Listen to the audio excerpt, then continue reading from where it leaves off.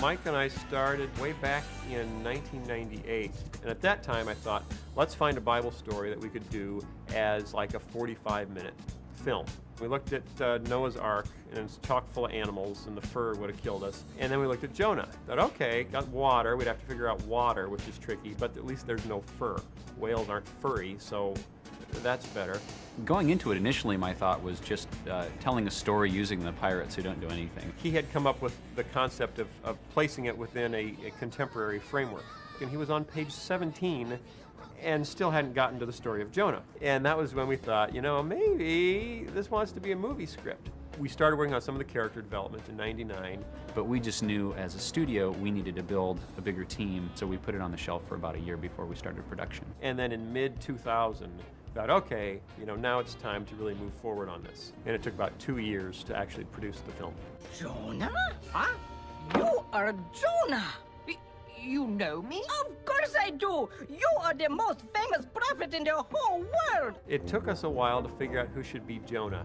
I thought about Archibald early on, but he's not a huge star in the Veggie universe. We thought, wait a minute, this is a feature film. It has to be one of our huge stars. So then we thought about Larry.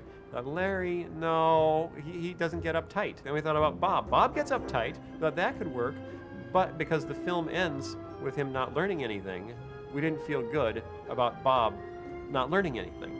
And then we actually looked at Junior at one point. Could Junior be Jonah? I thought, that doesn't make any sense at all. So then we were down to looking at, Jimmy Gord, who, because he talks like this, does not have a huge emotional range. And then we ended up right back at Archibald again. He told me to go to Nineveh, but I didn't listen. You know, I don't like those people. Ooh, fish slappers.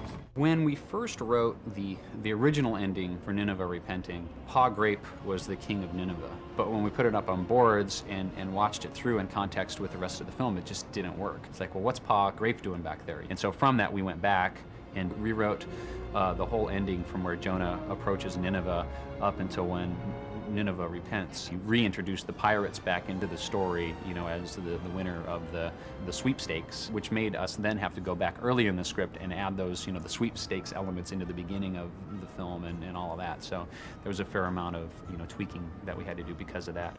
Next up, Tarshish! I'll hoist the mainsail! I'll pop the popcorn! I'll get the moist towelettes! We're in an old Woolworths building in the middle of Lombard, Illinois. And we took it over. We've got our own escalators. They don't work. They're broken, but we got escalators. But then we also have things like some electrical issues because a Woolworths wasn't really laid out with the kind of electricity you need for 500 computers. And also we were just packed in like sardines here. We were bringing in lighters and we were sending people up in hallways. And we have a restaurant next door to us that keeps smoking us out of the place. So we've had to evacuate the premises, 3 or 4 times during the making of this film. But when you walk in, it's warm and it's happy and it's creative and you see artists working together. So it really has been interesting to make a movie entirely in a mall, but would it appear that we've done it? That was easy. It is very difficult to make limbless vegetables funny. We do have to take on the role of being an actor. We really do, and it is challenging without arms and legs. Our animators have really become experts in highly nuanced facial expressions. Some of them don't even move their own arms and legs anymore. They try to do everything with just their eyes. In a live action shoot, the actor doesn't have to think about where to put their eyebrows. That all happens naturally. With the animator, we have to understand, what does the body do when it's communicating that? Does the head look down? Does it look to the side? There are a lot of scenes where you see this happen in the ship's hold when he's first met Khalil, and there's dialogue in the belly of the whale. You'll see Jonah just do some searching. I don't know what that means. Neither do I. Because we love our jobs here so much, we always take our work home with us. And I'm always sketching, even when I'm watching TV or playing with my kids, I'm always thinking of ideas of what I can do. So I'm working on the design of the pirate ship. And I'm trying to impress my son, look at this Spanish galleon. And he looks at it and goes, oh, this is cool. And starts drawing with his magic marker. He's looking at mine, he's drawing, he's looking at mine, he's drawing. I'm looking at this, he's got like a baseball bat in there, and he's got a mitt and a glove and all the stuff that he loves. He's got it in his drawing. And that's when we started to think we should have fun with this set and start bringing baseball mitts and gloves and sporting equipment. And he even had a little dartboard on there. Oh, the dartboard on there. Now, the sad thing is I didn't give him any credit. When we were designing the visual development for the whale, originally we were actually thinking the whale was going to be a little more menacing. The whale was going to be really scary, because I don't know what we were thinking. We were thinking crazy thoughts. So all of our early development for that, we actually threw away because it was too scary for the kids. So, okay, we know we want to stay away from this being real scary, so we're coming up with ideas where the whale is really a big goldfish with a smile. And we had another idea where the whale is actually looks just like Archibald Asparagus, and he goes up to Archie and he's got a little monocle on his face. He goes, hello, you know, they're interchanging back and forth. So then we have the whale looking like a goldfish, we have the whale looking like trout. We just made it, you know, happier and you know, nicer looking, and actually, you know, kind of it took on the attributes of sort of a friendly dog. So a big yellow friendly dog.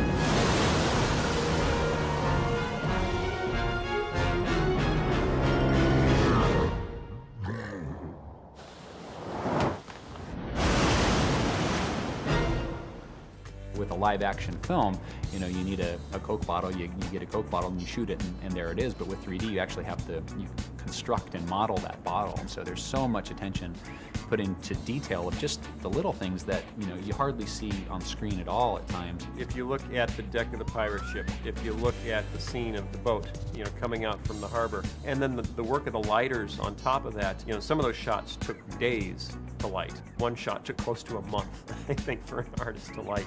And then the effects guys who were doing water, you know, and CGI water is still really, really hard. And we wrote our own software. We were looking to create water that behaved like water did realistically, but had a stylization to it that could have kind of more friendly, cartoony feel to it. Anything where you saw the water was tough because everything was affected by the water. So whatever the water was doing would affect the boat. And then anything on top of the boat was affected by the water.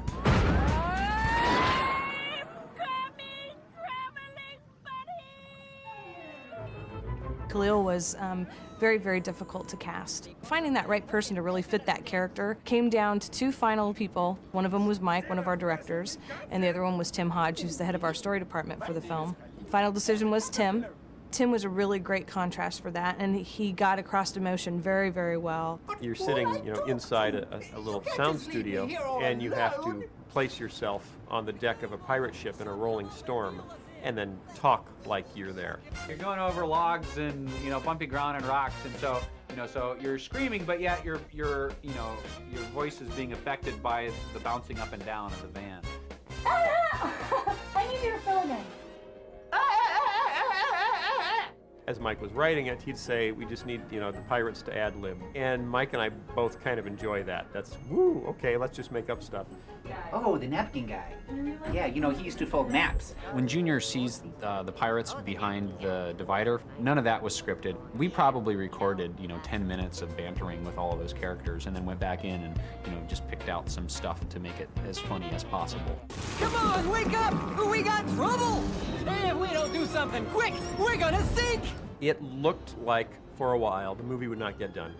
It was about 2 months, 2.5 months before it was supposed to finish, and we were having a very hard time getting things rendered. You know, and that's when all the work is basically done, but the computers have to calculate, draw the actual pictures so they can go out to film. We actually employed people you'll see in the credits as render sleuths, people who would go in and try to find out what's wrong with this picture. We rented a dead store that was right behind, you had to go behind the Dairy Queen to get to it, and run fiber optic cable all the way across the mall to wire up 200 more render boxes so we could finish the film on time.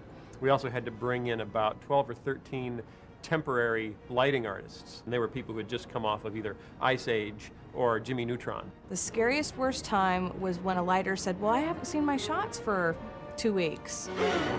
This doesn't look good. And the shots actually were being sucked up by the render farm and going to this abyss over here somewhere. It was about 45 days of just total chaos. Many people doubted. I didn't doubt. I knew it was going to be a lot of hard work. We've done it with a very small, intimate crew here. Their passion, their talent is something I've never experienced before. It has been a difficult, hard road to get through Jonah, and with that, they've been the most kind, loving people. There's nothing better in the world than feeling like you've been a part of something that will change people's lives. That's the wonderful miracle and blessing of working here, that I've got a film that says God wants us to give a second chance to everyone. And that's an incredibly great message, something I need to learn every day. I hope that the audiences that have seen it will take away the message of compassion and mercy, especially in our age that we live in right now. So much has happened in the world since we began, the journey of Jonah, that it all seems almost predestined that this story is to come out right now in this point in time in history. It really was the tenacity and the commitment of the people who made Jonah that I remember the most.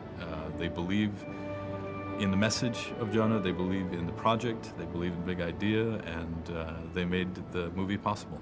They just worked incredibly hard, sometimes around the clock, to get a film out there that can have a huge positive impact on kids. And I'm just really proud of the team that put it together. We had so many obstacles to overcome, and just the will and the desire and the heart of the people that went into making it. I just am really proud of that achievement. I can't believe how hard people worked to get it done, how much they sacrificed because they believed in it so much more than just making a film that's supposed to make a buck.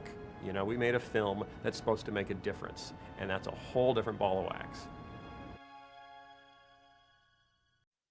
When we retell a Bible story at Big Idea, we will go through the Bible story very carefully. We'll figure out the key plot points, the key themes, and we'll set those aside as, sacred, cannot be messed with, and then we'll mess with everything else. We'll just have lots and lots of goofy fun with everything else to make the story fresh, even to grown-ups. We'll also do things like, on occasion, lift an actual line from the Bible story and quote it, in the film, or have a character directly quote, a verse from the Bible story. So the story starts with Jonah getting a message from God, which is to go to Nineveh, to tell them that they need to stop it. And instead of going to Nineveh, he sets sail for Tarshish. When he goes to buy the ticket, Scooter the carrot is shocked. Tarshish? Why, that would take weeks. It's the other end of the world. And at the time, it actually was. Tarshish was on the Spanish peninsula. Nineveh was in Assyria, the opposite direction, heading towards Asia, actually. So at that time in history, Tarshish and Nineveh were very nearly the opposite ends of the known world. So he goes in Joppa, and this is accurate, goes in Joppa and books passage on a ship, sets sail, and then overnight or the second day gets into a huge storm.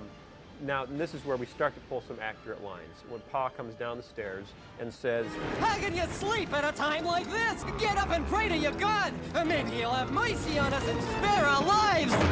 The sailors believe someone is at fault for this storm, so in the Bible, they cast lots, and the lot fell on Jonah. So we changed that in our version to they play Go Fish, which we thought was more interesting than casting lots.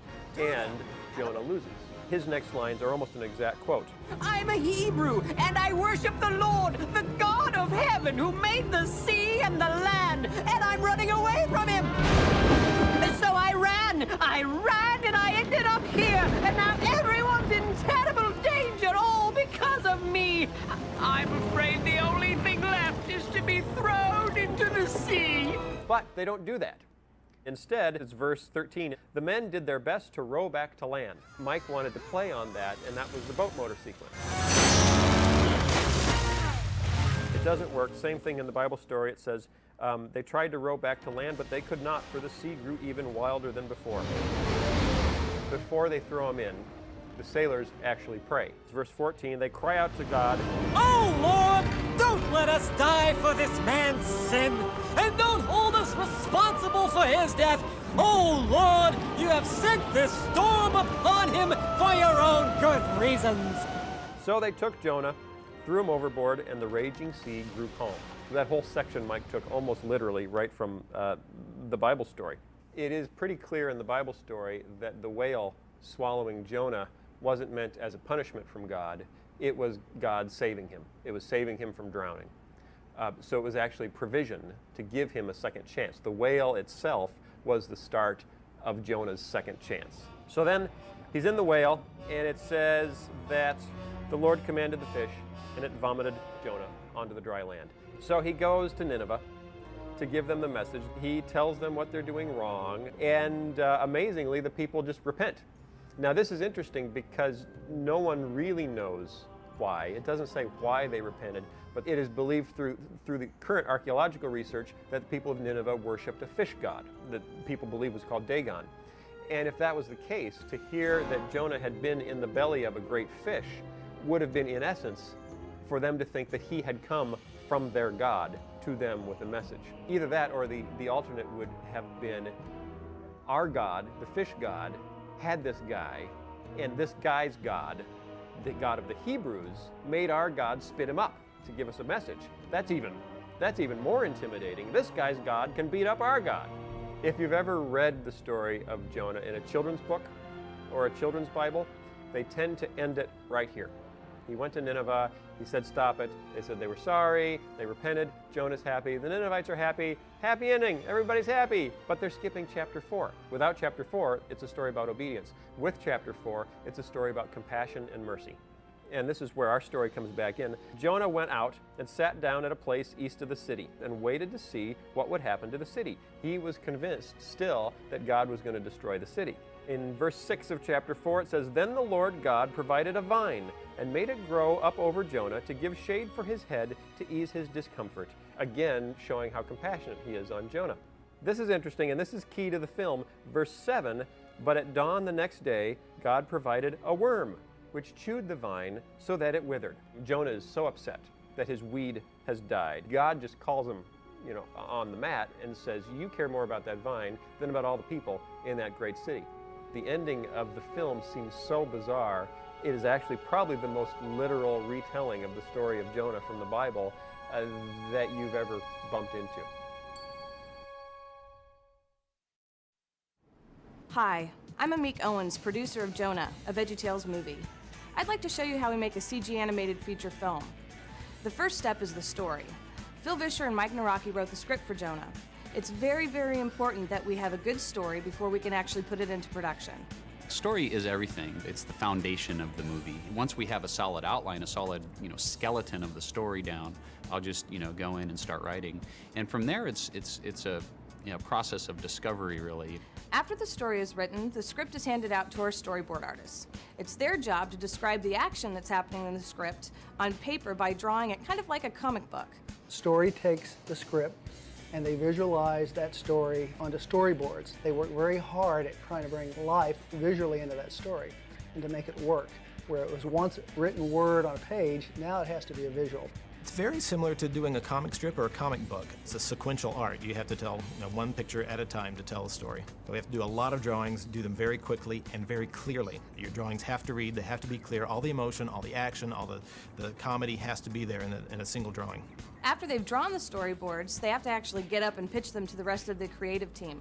This is where they sell their gags and the little funny parts that they've come up with. The pitch is really an opportunity to get our ideas and present them to the director. It's kind of performance art because the director's going to be looking at the drawings, but you're also sort of acting out and timing the boards as you're going along. And if you're going to do the character voices, because you really want to get the directors where they're really seeing the movie the way that you're trying to show it to them. While the storyboard artists are working on the pacing of the film, our visual development team is working on the look of the picture, starting with a blank sheet of paper with pens, pencils, or paint, and they're designing the sets, the props, and the characters. Our visual development team actually does thousands of drawings.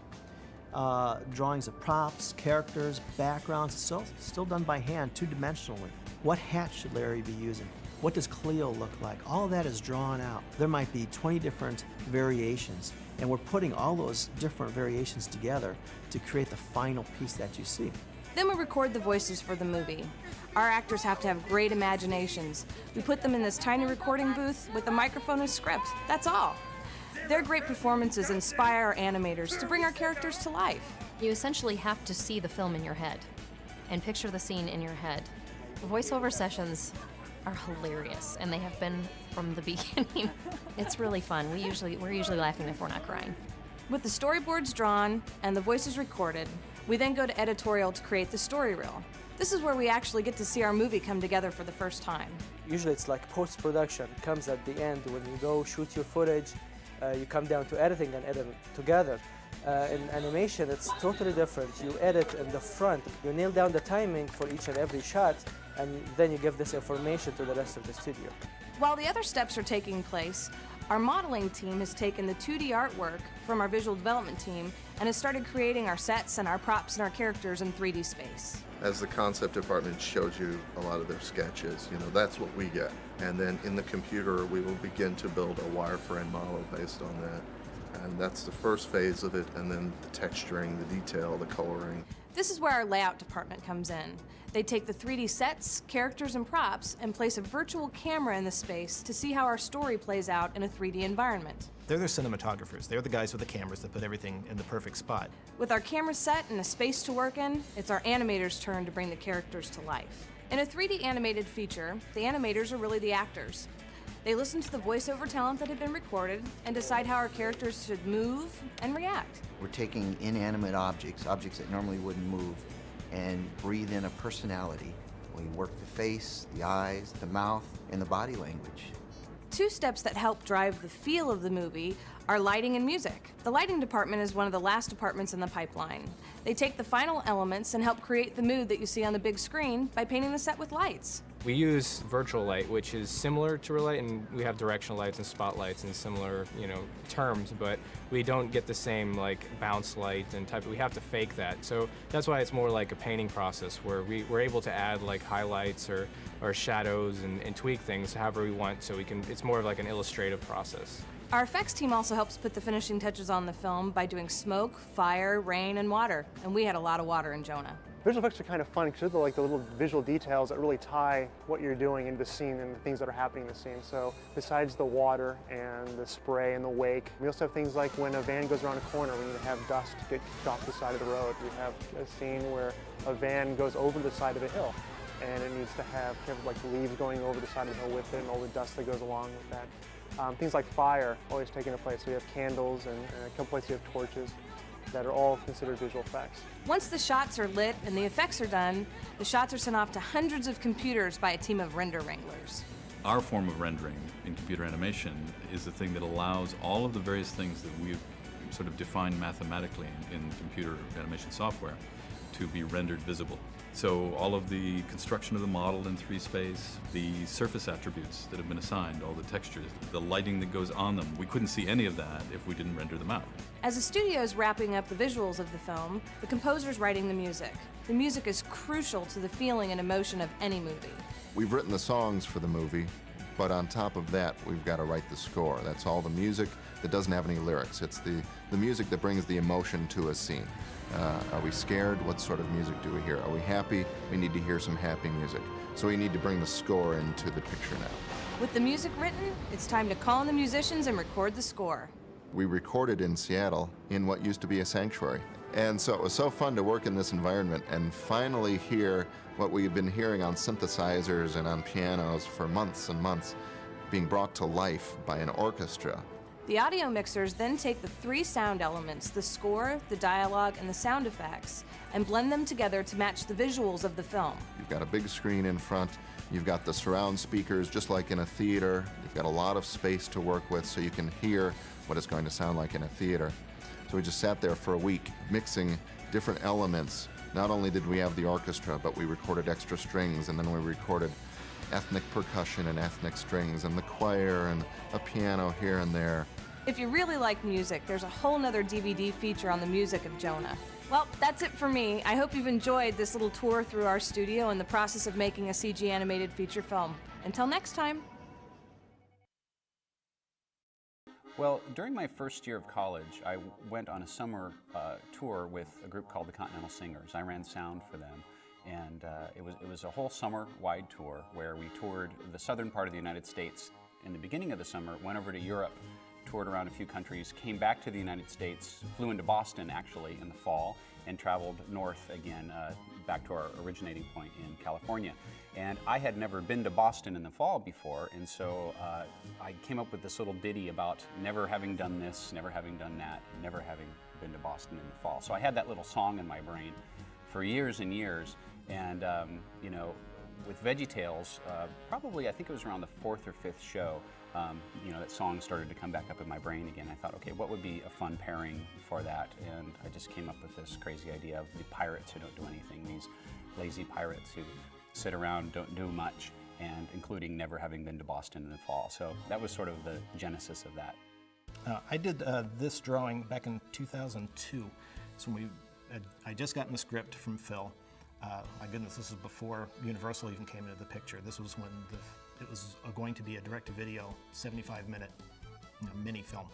And Phil had originally written with the idea of Laura the Carrot playing the part of Princess Eloise. And I love Laura the Carrot, but I just didn't think she could carry a whole film visually. I mean, she doesn't have much of a profile and the emotional range we needed. So I did this from that first scene, trying to sell the idea of a different vegetable, which I'm not exactly sure what she is. I think we call her a leek.